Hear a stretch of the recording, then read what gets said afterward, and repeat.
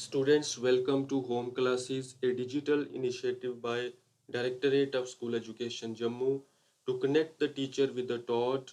My name is Muhammad Reyaz, teacher from District Poonch. I welcome you for today's class. This is part 2 of the video lecture from Genetics and Evolution class 10th Biology.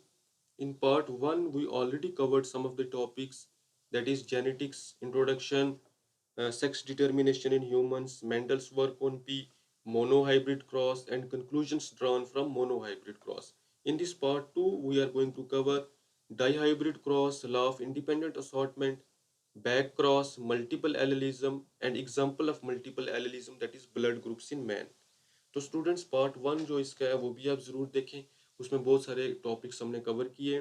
तो इस part second में हम लेने जा रहे हैं first of all dihybrid cross, a cross between two true breeding parents which differ in two character pairs. तो Mendel ने दो पी प्लांट्स में क्रॉस किया that were differing in two character pairs, तो इसको हम डाईहाइब्रिड क्रॉस कहते हैं।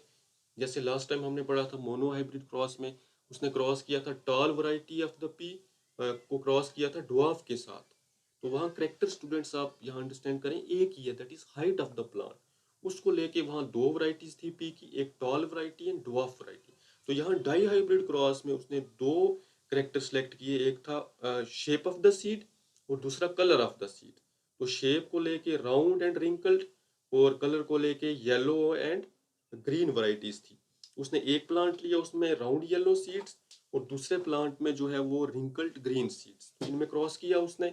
तो F1 जनरेशन में उसको सभी प्लांट्स जो है वो राउंड येलो मिले। इट मीन्स कि round is dominant over wrinkled and yellow is dominant over green. तो स्टूडेंट्स उसने दो करेक्टर्स इसलिए लिए, उसने देखना चाहा कि दो करेक्टर्स क्या एक दूसरे को इन्फ्लुएंस करते हैं जब इनका इनहेरिटेंस होता है फर्स्ट जनरेशन में, सेकंड जनरेशन में, या इनका इनहेरिटेंस इंडिपेंडेंटली होता है। तो हम F2 जनरेशन में देखते हैं कि उसको क्या रिजल्ट मिला। F1 जनरेशन में हमने देखा कि Mendel got only round yellow plants. तो F2 जनरेशन में उसको इंटरेस्टिंग रिजल्ट मिला इस रेशो के हिसाब से 9:3:3:1। 9 प्लांट उसको मिले राउंड येलो सीड्स और 3 उसको मिले राउंड ग्रीन और 3 उसको मिले रिंकल्ड येलो और 1 उसको मिला रिंकल्ड ग्रीन। तो स्टूडेंट्स यहाँ आप देखें कि ये दो नए कॉम्बिनेशन उसको मिले F2 जनरेशन में जो पेरेंट्स में नहीं थे। एक उसको मिला राउंड एंड ग्रीन और दूसरा उसको मिला रिंकल्ड एंड येलो। ये दो कॉम्बिनेशन उसको जो है नए मिले। तो इससे उसने इन्फ्लुएंस ड्राइव किया कि एक करेक्टर जो है वो दूसरे के ऊपर डिपेंडेंट नहीं है। जैसे राउंड येलो ये पेरेंट्स में था तो आगे हमें F2 जनरेशन में भी F3 जनरेशन में भी राउंड येलो मिलता रहता। और अगर ये दोनों करेक्टर्स जो है वो लिंक्ड होते, एक दूसरे को इन्फ्लुएंस करते। तो उसने कहा कि जब गैमेट्स बनते हैं F1 जनरेशन में जो फैक्टर्स हैं कलर को लेके और जो फैक्टर्स हैं शेप को लेके, उसने कहा कि जो राउंड फैक्टर है इसके साथ येलो फैक्टर भी आ सकता है और राउंड फैक्टर के साथ जो है वो ग्रीन फैक्टर भी आ सकता है। Small Y is for green, equal probability है। इसी तरह से उसने कहा कि रिंकल्ड फैक्टर के साथ ग्रीन फैक्टर भी आ सकता है और रिंकल्ड फैक्टर के साथ येलो फैक्टर भी आ सकता है। इसी तरह से फीमेल गैमेट्स बनेंगे। तो यहाँ प्रोबेबिलिटी बनेगी जब डिफरेंट टाइप के गैमेट्स बन रहे हैं तो राउंड ग्रीन के साथ राउंड ग्रीन के फ्यूज होने के जो है वो प्रोबेबिलिटी बनेगी। तो इसी वजह से जो है नए कॉम्बिनेशन बन रहे हैं। अगर राउंड जो है येलो के साथ एसोसिएटेड ही रहता और रिंकल्ड जो है ग्रीन के साथ एसोसिएटेड रहता तो हमें F2 जनरेशन में भी राउंड येलो प्लांट्स मिलते और रिंकल्ड ग्रीन प्लांट्स मिलते, तो नए कॉम्बिनेशन नहीं बनते। तो इसलिए उसने यही डेफिनेशन दी कि according to this law the genes controlling different characters behave independent of each other during segregation and reunion so that they can be found in any combination। इसलिए नए कॉम्बिनेशन बन रहे हैं। तो यहाँ हम देखते हैं segregation. First of all segregation कि जब फैक्टर्स सारे प्रेजेंट हैं F1 जनरेशन में तो जब इनकी सेग्रीगेशन होगी तो वही हमने देखा कि राउंड के साथ कैपिटल Y भी आ सकता है और राउंड के साथ जो है ग्रीन फैक्टर भी आ सकता है। तो जब रीयूनियन होगी, जब गैमेट्स फ्यूज करेंगे तो वहां भी प्रोबेबिलिटी है इक्वल। वहां भी जो है जो राउंड ग्रीन फैक्टर है ये राउंड ग्रीन के साथ फ्यूज कर सकता है। तो यहाँ नया कॉम्बिनेशन बन रहा है राउंड एंड ग्रीन। इसी तरह से ये हम देखेंगे कि ये फैक्टर है yellow and wrinkled. Yellow wrinkled जो है येलो रिंकल्ड के साथ फ्यूज कर सकता है फैक्टर्स के साथ। तो यहाँ ये चांसेस बन रहे हैं नए कॉम्बिनेशन के। तो इसलिए उसने कहा कि factors controlling different characters they behave independent of each other. Next हम ले रहे हैं, करते हैं back cross is crossing F1 hybrid with इधर ऑफ इट्स पेरेंट्स। जो F1 प्लांट होता है हमारे पास बनता है, जैसे हमने टॉल और ड्वार्फ पढ़ा था, उसको हम क्रॉस करके जो हमें फर्स्ट जनरेशन मिलेगी, उन प्लांट्स को हमने पेरेंट्स के साथ क्रॉस करना है। तो पेरेंट्स में डोमिनेंट पेरेंट भी हो सकता है और रिसेसिव पेरेंट भी हो सकता है। जैसे डोमिनेंट बैक क्रॉस है, उसमें हम डोमिनेंट जो हमें F1 प्लांट मिलेगा उसमें हम डोमिनेंट पेरेंट के साथ उसको क्रॉस करेंगे। जैसे यहाँ आप देख सकते हैं टॉल, प्योर टॉल को हमने ड्वार्फ के साथ क्रॉस किया और हमें यहाँ पर टॉल प्लांट्स मिले, लेकिन ये हाइब्रिड टॉल है। कैपिटल टी एक फैक्टर है इसमें और स्मॉल टी, और इसको हम टॉल के साथ भी क्रॉस कर सकते हैं और इसको हम ड्वार्फ के साथ भी, दोनों केसेस में हम इसको बैक क्रॉस बोलते हैं। तो बैक क्रॉस में हमें रिजल्ट क्या मिलता है स्टूडेंट्स, इसमें हम डोमिनेंट पेरेंट के साथ, जैसे F1 हमें जो हाइब्रिड प्लांट मिला इट इज हाइब्रिड टॉल, इसको हम क्रॉस कर रहे हैं डोमिनेंट पेरेंट के साथ। तो यहाँ हम देखते हैं कि हमारे पास जो है सभी प्लांट्स जो हैं वो टॉल प्रोड्यूस होते हैं। फिनोटिपिकली ऑल प्लांट्स 100% प्लांट्स जो हैं वो टॉल प्रोड्यूस होंगे। यहाँ हम देखें जब क्रॉस करेंगे हम तो ये हमें रिजल्ट मिलेगा। डोमिनेंट बैक क्रॉस का रिजल्ट जो है 100% जो है वो डोमिनेंट करेक्टर जो है वो उसकी एक्सप्रेशन होगी। और लेकिन टेस्ट क्रॉस में हम देखते हैं, टेस्ट क्रॉस में हम क्रॉस करते हैं F1 हाइब्रिड को रिसेसिव पेरेंट के साथ, और इसको हम टेस्ट क्रॉस भी कहते हैं। इसमें 50% प्लांट्स जो है हमारे पास टॉल प्रोड्यूस होंगे और 50% जो है वो ड्वार्फ प्रोड्यूस होंगे। या हम देखें हाइब्रिड टॉल जो है कैपिटल टी स्मॉल टी, इसके गैमेट्स दो टाइप के बनेंगे, कैपिटल टी स्मॉल टी यहाँ। इसी तरह से जो ड्वार्फ होगा, दूसरा हमने लिया पेरेंट रिसेसिव पेरेंट, इसको इसके जो फैक्टर्स होंगे वो स्मॉल टी होंगे। तो हम प्रोबेबिलिटी हम देखते हैं तो यहाँ पर 50% टॉल बनते हैं और 50% जो है वो ड्वार्फ बन रहे हैं। तो इससे स्टूडेंट्स टेस्ट होता है कि एक प्लांट, देखो यहाँ एक इम्पॉर्टेंट बात आप समझ लो कि ये हाइब्रिड टॉल है।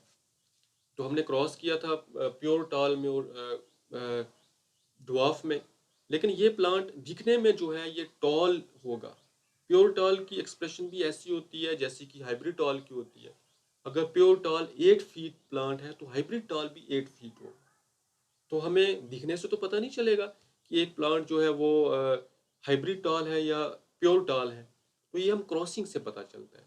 जब हम एक प्लांट को क्रॉस करते हैं, हमें एक प्लांट हमारे पास है टॉल है, उसके हमने सीड्स लिए तो उसको हमने सो किया, उसको जब हम क्रॉस करेंगे ड्वार्फ के साथ, अगर वो रिजल्ट में हमें दे देता है 50% टॉल और 50% ड्वार्फ, इसका मतलब कि इस प्लांट का जो जीनोटाइप था वो हाइब्रिड था, कि एक दोनों जीन्स वो अलग अलग थे उसके, वो हेटेरोजाइगस था, कैपिटल टी और स्मॉल टी जीन थे उसके अंदर। लेकिन अगर वो हमें रिजल्ट देता है, अगर ये प्योर टॉल होता, कैपिटल टी होता, तो हमें 100% प्लांट्स जो है वो टॉल मिलते। तो इसलिए हम इसको टेस्ट क्रॉस कहते हैं कि एक प्लांट अगर दिखने में हमें टॉल दिख रहा है, उसका एक्सप्रेशन टॉल है, लेकिन हमें ये पता नहीं है कि उसका जीनोटाइप क्या, उसकी जाइगोसिटी क्या है, तो उस केस में हम उसको जब क्रॉस करेंगे पेरेंट के साथ, रिसेसिव पेरेंट के साथ, अगर वो प्योर टॉल होगा तो हमें 100% प्लांट्स टॉल मिलेंगे। अगर वो हाइब्रिड टॉल होगा तो हमें रिजल्ट में जो है 50% टॉल मिलेंगे और 50% ड्वार्फ प्लांट मिलेंगे। तो नेक्स्ट हम ले रहे हैं मल्टीपल एलिज्म। तो मेंडलिज्म में हमने पढ़ा था कि एक फैक्टर के दो अलील्स होते हैं, एक डोमिनेंट होता है एक रिसेसिव होता है। लेकिन मेंडल के बाद कुछ साइंटिस्ट ने डिस्कवरीज की, लेकिन बाद में कुछ ऐसे फैक्टर्स डिस्कवर हुए कि जो जिनके दो से ज़्यादा अलील्स थे। तो इस फिनोमिना को हम मल्टीपल एलिज्म कहते हैं। और multiple alleles they are the multiple more than 2 alleles of a single gene existing in a population. तो इसको हम मल्टीपल अलील्स कहते हैं, जब दो से ज़्यादा अलील्स होते हैं। तो फॉर एग्जांपल स्टूडेंट्स मैं आपको बताता हूँ कि होमोलोगस क्रोमोसोम्स होते हैं, हमारी बॉडी में 2 सेट्स ऑफ क्रोमोसोम्स होते हैं। जैसे अगर यहाँ पर हम पी की एग्जांपल ले लें तो एक क्रोमोसोम के अगर एक लोकस के ऊपर राउंड के लिए ट्रेट है, राउंड के लिए अलील है, तो दूसरे क्रोमोसोम की सेम लोकस पे, सेम लोकेशन पे जो है वो रिंकल्ड के लिए ट्रेट होगा। तो एक इंडिविजुअल में तो दो ही अलील्स हो सकते हैं एक कैरेक्टर को कंट्रोल करने के लिए। लेकिन मल्टीपल एलिज्म की आप कैसे आप इसको कंसेप्ट डेवलप करेंगे कि फॉर एग्जांपल यहाँ हम देखते हैं कैपिटल आर स्मॉल आर, तो यहाँ पर अगर इस जीन के अंदर, इस अलील के अंदर म्यूटेशन होती है, म्यूटेशन की वजह से यहाँ से आर प्राइम हम लिखते हैं, एक और नया अलील यहाँ डेवलप हो जाता है म्यूटेशन की वजह से। तो जिससे जो है एक आर स्मॉल, एक आर प्राइम, तीसरा एक डेवलप हो गया म्यूटेशन की वजह से। ये राउंड कलर का सीड बना रहा है, ये रिंकल कलर का बना रहा है, तो वो आर प्राइम जो फ्लैट कलर का सीड बनाए, तो इस एक्सप्रेशन को कंट्रोल करे, तो इससे पॉपुलेशन में एक और अलील आ जाएगा और पॉपुलेशन में उसका प्रोपोर्शन भी बनता रहेगा, तो जिससे जो है दो से ज़्यादा अलील्स बन जाते हैं। समटाइम्स ये एक्सेप्शंस देखी गई है, बहुत सारे करेक्टर्स जो हैं वो उनको दो से ज़्यादा अलील जो हैं वो कंट्रोल करते हैं। तो एक एग्जांपल हम डिस्कस करेंगे यहाँ, blood groups in man, example of multiple allelism. Landsteiner ने 1900 में डिस्कवर किया था there are 4 types of blood groups in man, A B and O, on the basis of antigen antibody property. तो ये 4 phenotypes हैं और इनको कंट्रोल जो करते हैं, इनको एक्सप्रेस करते हैं, वो 3 अलील्स हैं, I A, I B and I O. 4 phenotypes are produce और 3 अलील्स हैं। तो ये आई ए क्या है, आई बी और आई ए जिस आदमी के अंदर होगा उसके अंदर ग्लाइकोप्रोटीन ए बनेगा जो उसके आरबीसीज के सेल मेम्ब्रेन में होगा, और जिस आदमी के अंदर आई बी फैक्टर होगा, ये अलील होगा, उसके अंदर जो है वो ग्लाइकोप्रोटीन बी बनेगा, तो जिससे जो है वो उसकी डेजिग्नेशन हो जाएगी कि इसका ब्लड ग्रुप जो है बी है। तो आई ए और आई बी ये दोनों जो हैं ये they are dominant over I O, ये दोनों जो हैं ये डोमिनेंट हैं। तो नेक्स्ट हम देखते हैं कि जो ए ब्लड ग्रुप है उनमें ए एंटीजन बनेगा, बी ब्लड ग्रुप जिसका होगा उसमें बी एंटीजन बनेगा, जिसका ब्लड ग्रुप ए बी होगा तो उनमें दोनों एंटीजन बनेंगे, ए एंड बी बोथ। तो जिस आदमी का ब्लड ग्रुप ओ होगा उसमें कोई भी एंटीजन उसके आरबीसीज के ऊपर नहीं होता है।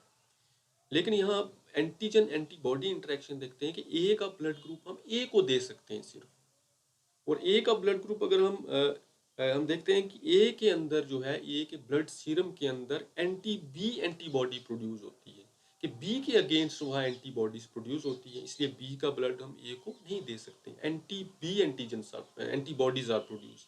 इस तरह से जिसका ब्लड ग्रुप बी होगा उसके ब्लड सीरम के अंदर anti A antibody is produced, और ए बी जो है इसके अंदर दोनों एंटीजन्स होते हैं, लेकिन एंटीबॉडी कोई प्रोड्यूस नहीं हो सकता, इसको हम ए का ब्लड ग्रुप भी दे सकते हैं और बी जो है बी ब्लड ग्रुप भी जो है वो ट्रांसफ्यूज कर सकते हैं हम ए बी वाले को। इसी तरह से हम देखते हैं यहाँ ओ ब्लड ग्रुप, इसमें दोनों एंटीबॉडीज जो हैं वो प्रोड्यूस होती हैं, ए के अगेंस्ट भी एंड बी के अगेंस्ट भी। तो यहाँ देखते हैं कि आई ए कॉम्बिनेशन से ब्लड ग्रुप ए प्रोड्यूस होता है, और आई ए और आई ओ, क्योंकि आई ओ रिसेसिव है तो इससे जो है ये तब भी ब्लड ग्रुप ए बनेगा।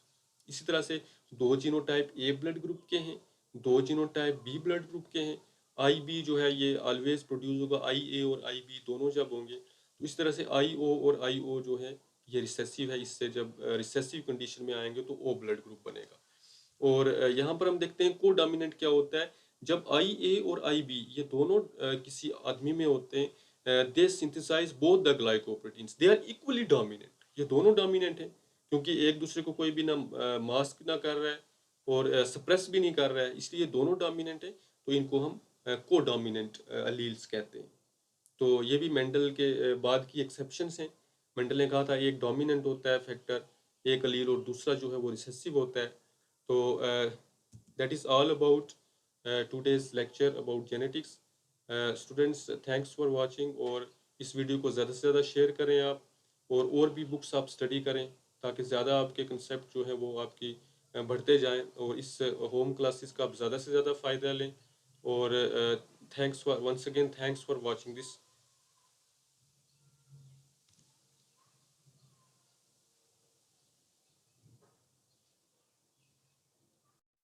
and thanks for watching this, and with this we completed the genetics part of this chapter। और इस वीडियो को ज़्यादा से ज़्यादा शेयर करें आप, और अपने घर के अंदर रहिए, और इस ऑनलाइन जो क्लासेस हैं इसका आप ज़्यादा से ज़्यादा फ़ायदा लें।